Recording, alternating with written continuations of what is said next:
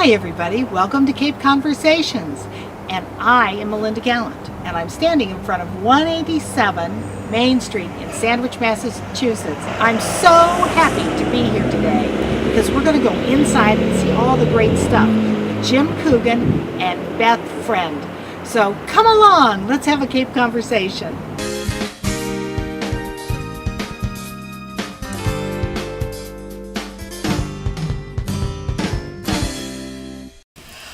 Well, I am so excited to be sitting at a beautiful little home nestled on Main Street in lovely village of Sandwich, Massachusetts. And I am with the home's owner, and this is Elizabeth Friend. And what an interesting name, Elizabeth Friend. What is the origin of It's Friend? English.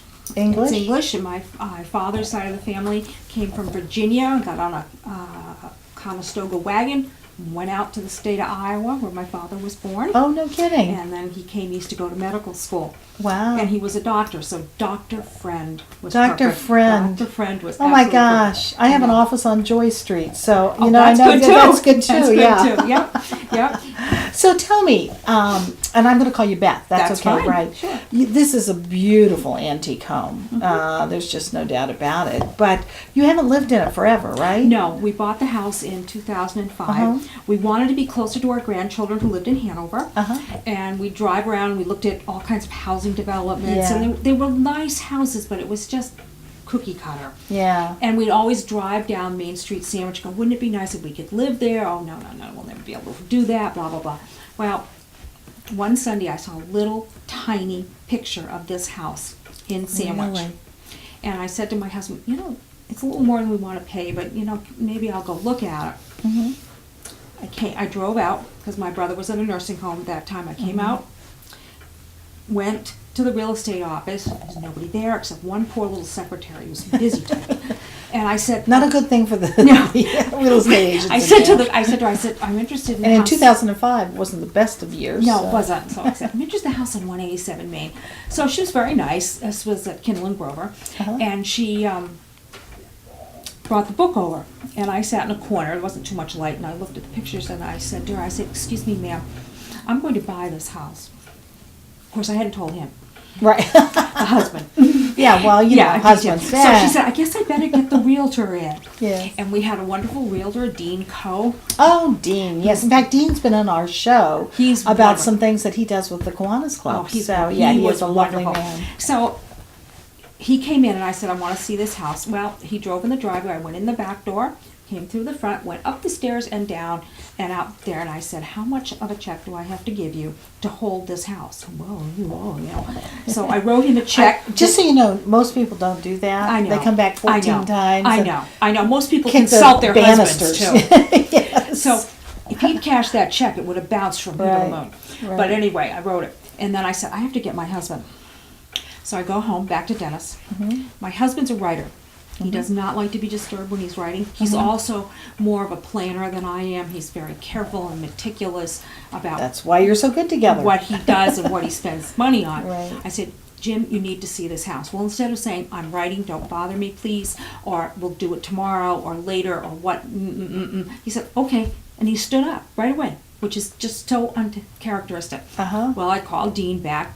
We met Dean at the real estate office. He drove my husband down the street. My husband didn't even bother to get out of the car. He said, we're going to buy this house. Oh, my As soon as he goodness. realized that he could walk to the library. Oh, sure. So the rest is history. We bought the house from Meredith and Sulo, and we moved in, and we've been wonderful ever since. All right. So now tell me, have you changed the house at all? No. Or? No. No. So it's pretty much how it was. Was it restored? No. Well, the house has kind of had a lot of add-ons. We're in the older part of the house right now. And the other room that I hope you get to see, the keeping room, is one of the older rooms. Then the other parts of the house kind of got added later on. Sure, like they used to do. Right. Originally, the house was built somewhere between 1830 and 1840.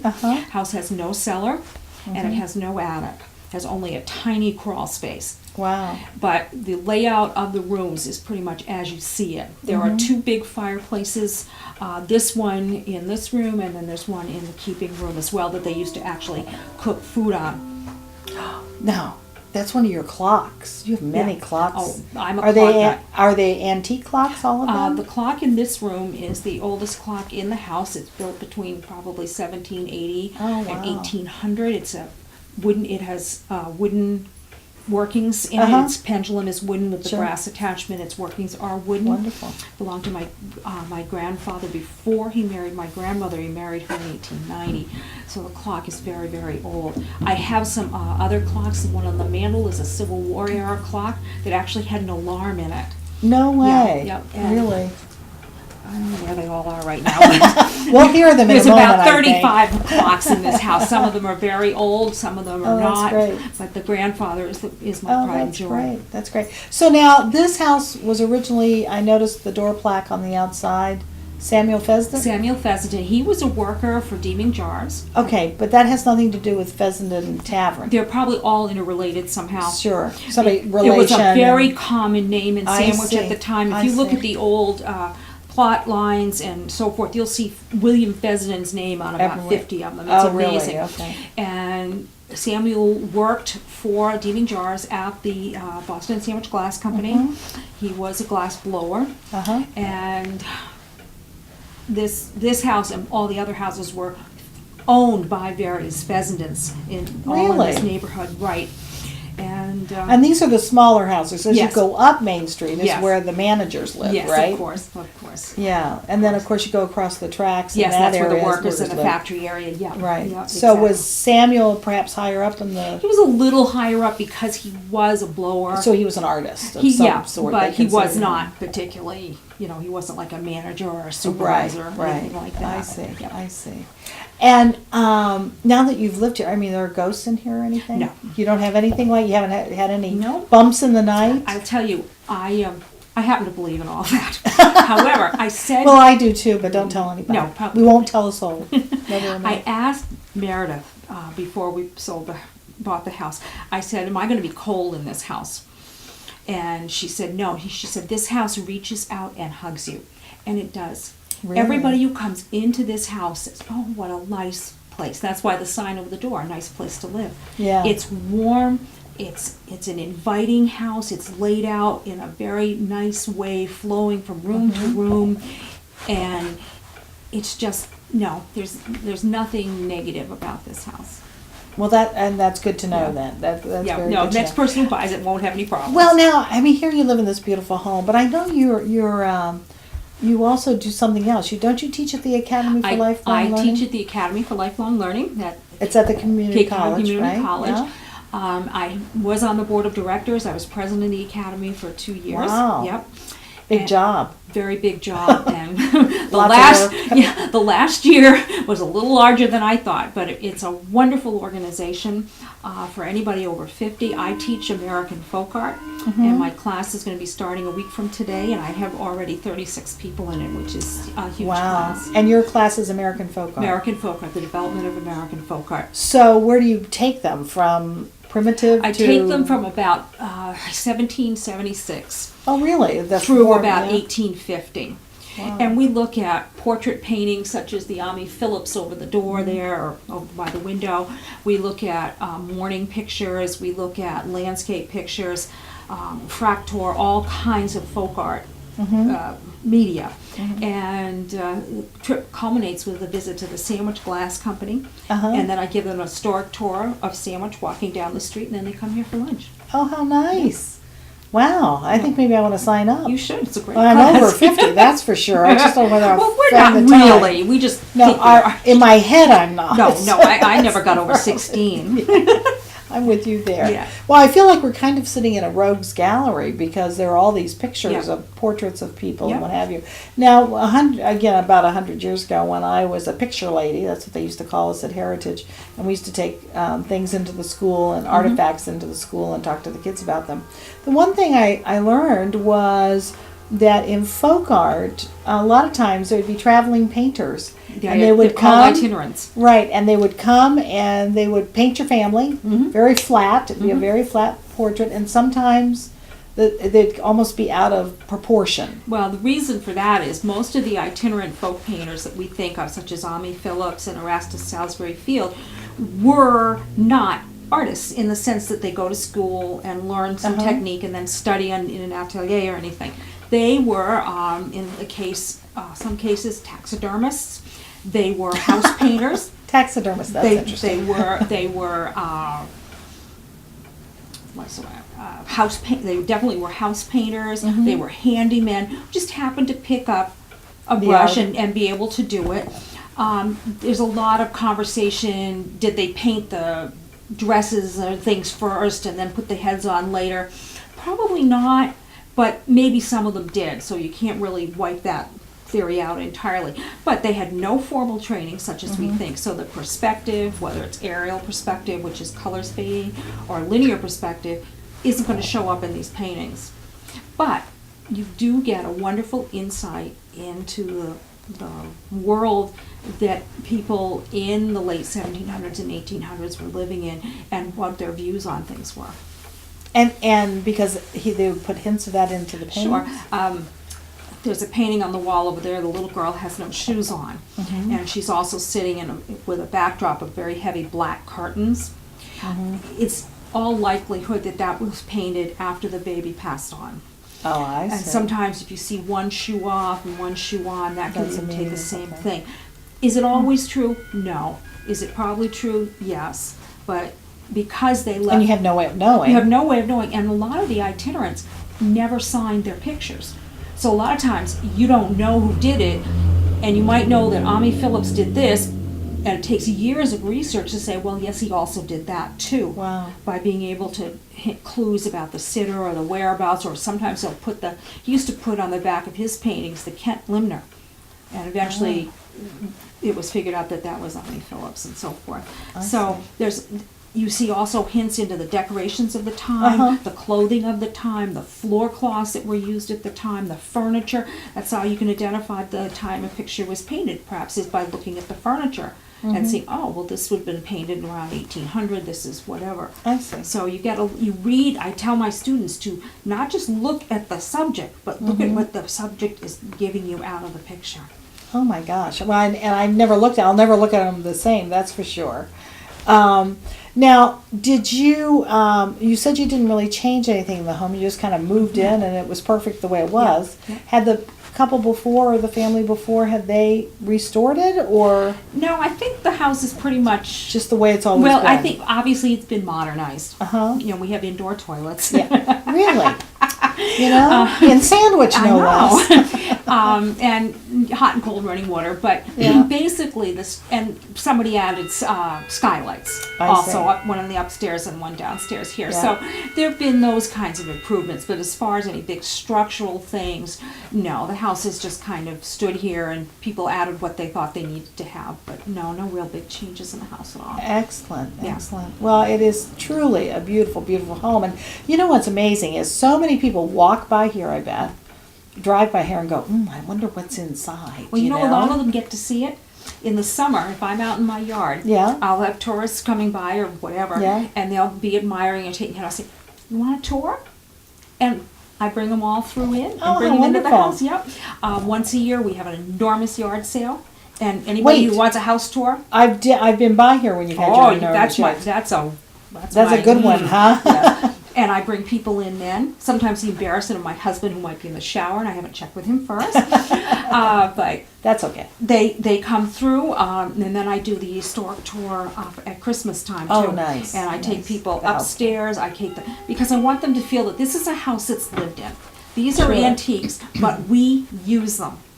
Now tell me about your big yard sale, because I've been by here when you've had that big yard sale.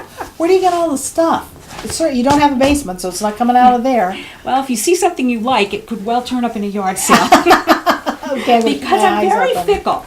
There's some things I will never part with, but there's other things that after I've loved them and admired them for a year or two, I say, well, pass it on. Sure. And they end up in the yard sale, so people flock to this. Do you buy antiques? Do you buy yes, antiques? I do. On a regular basis. And where do you go? Like Brimfield or around locally? Or? We've gone down into Virginia. Oh, sure. And Pennsylvania.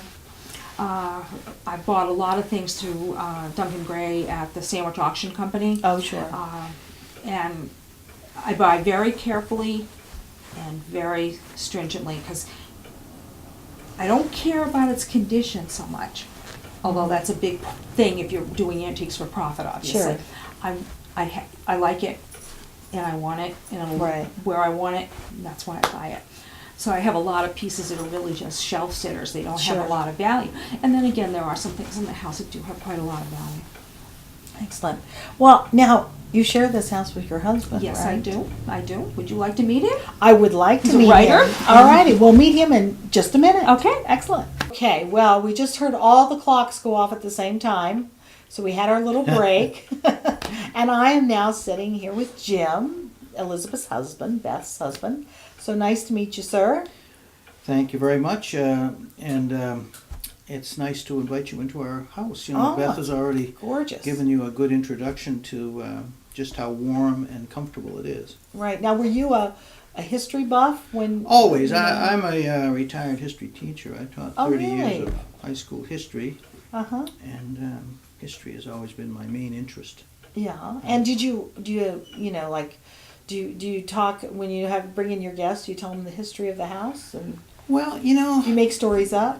More exciting well, stories than I've probably never, are I've never here? let the truth stand in the way of a good story, I'll say that, but Beth is usually the one who does most of the commentary. I and, see.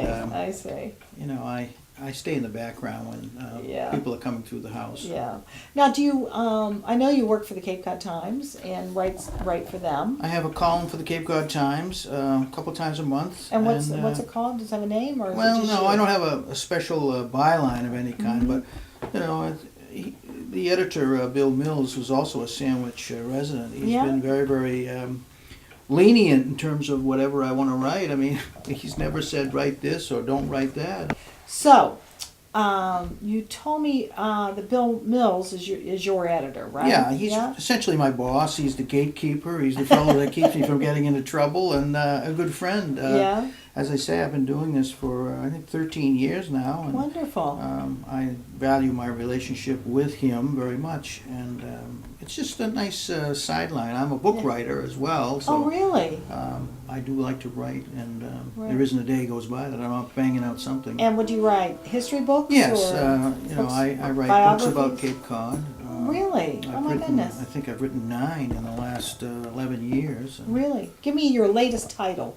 Well, the latest title is called Cape Odd, Strange and Unusual Stories About Cape Cod. Which Really? I wrote with a co-writer who's also my business partner, Mm-hmm. Jack Sheedy, lives in Dennis.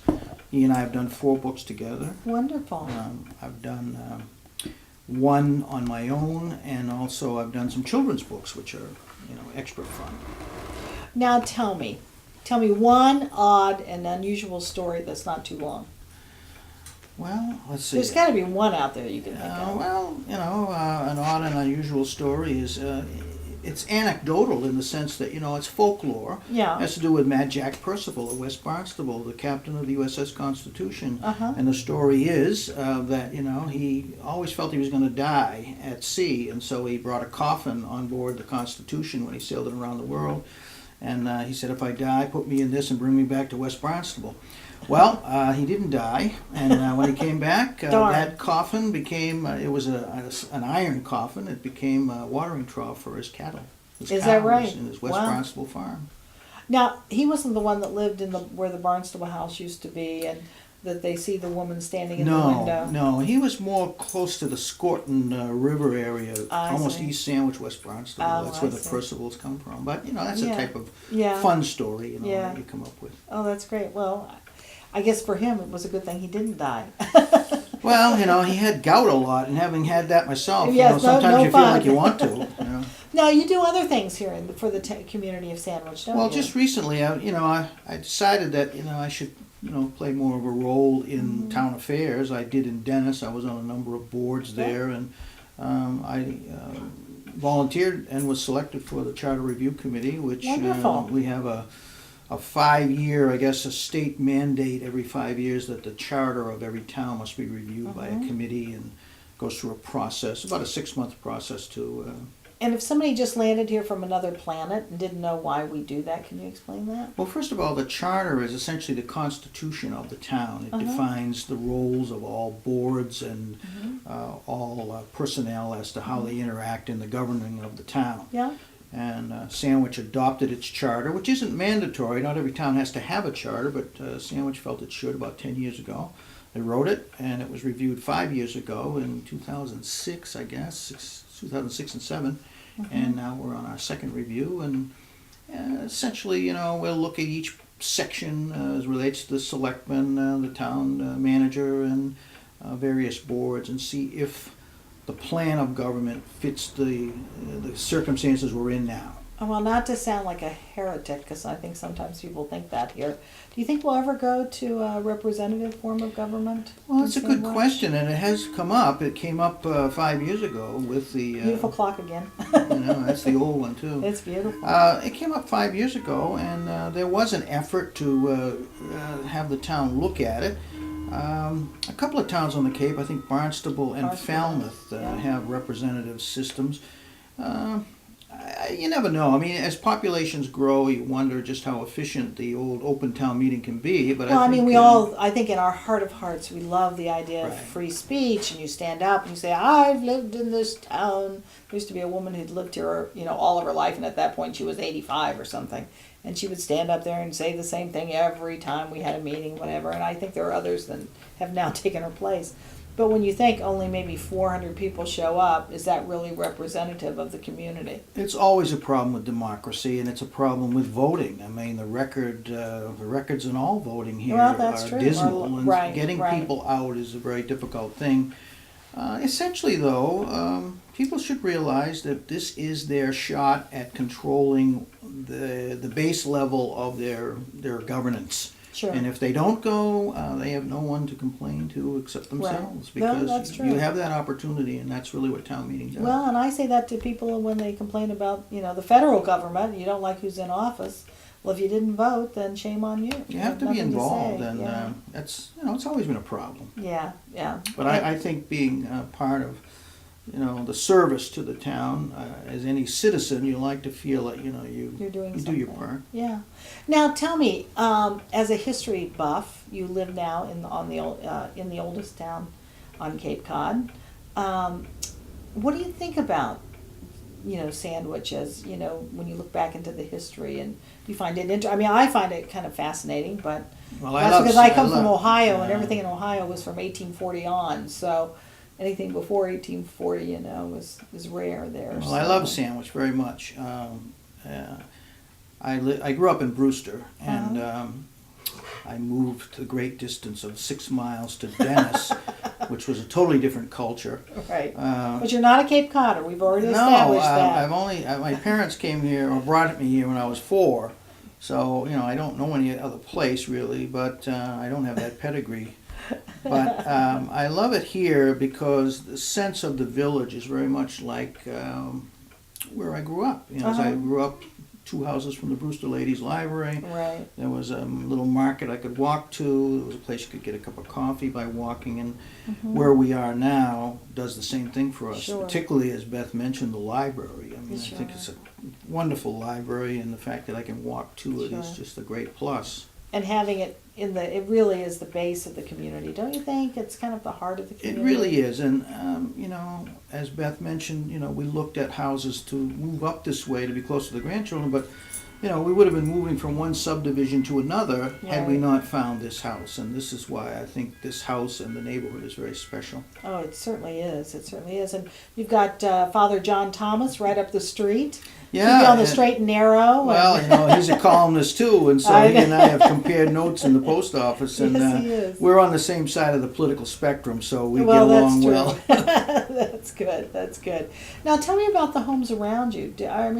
These are all historic homes through here, are they? Pretty not? much, yeah. We have the 1880 map and Uh-huh. also the 1853 map that shows the village, and this street, as well as the core going over toward Jarvisville, are many older homes. Some of the houses, a few of them date back into the 1700s, but the great majority were built after 1800 and probably no later than 1880. Sure. Now, next door, we have a house that was really just reconstructed, so it's a modern house. But a lot of the Greek revivals and some of the federals that are closer to the inner portion of the main part are old, and as I think was mentioned, Sure. were owned by people who were people of note in the Right, the right. glasswork Right. factory. Wow. It's funny to me because I've lived in Sandwich for now. I keep saying 30 years, but it's actually going on 32. And no, I'm not a Cape Codder either. And no, none of my kids were born here. I do have grandchildren that were born on the Cape, which is always fun because they always get the T-shirt. Not that anybody cares about that. But when I think about the village of Sandwich, the heart of the village of Sandwich, I think about the town hall. I think about what was a congregational church, which is now private residence.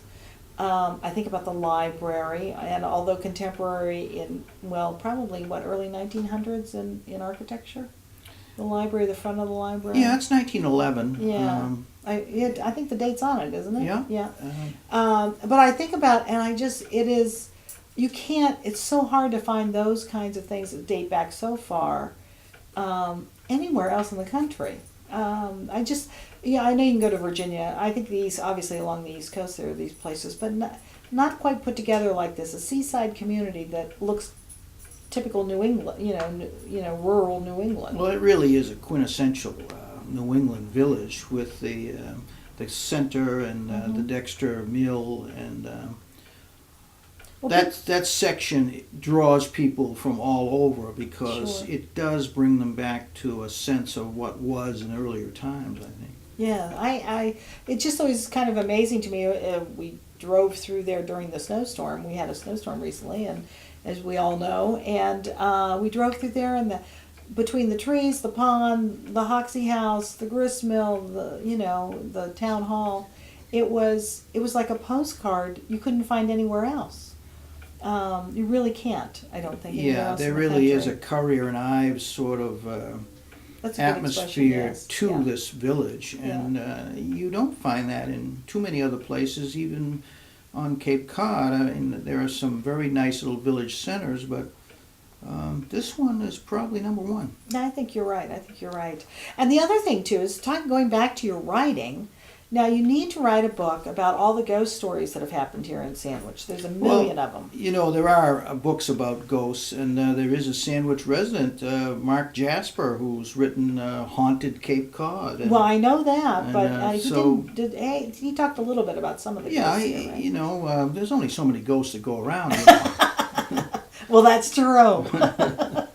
And you don't have any in this house, so that's great. Well, as far as we know, I mean, I haven't heard any, any thumpings It's or any right, moving right, furniture or right. anything. So I would have to say, if there is one here, he's a pretty benign spirit.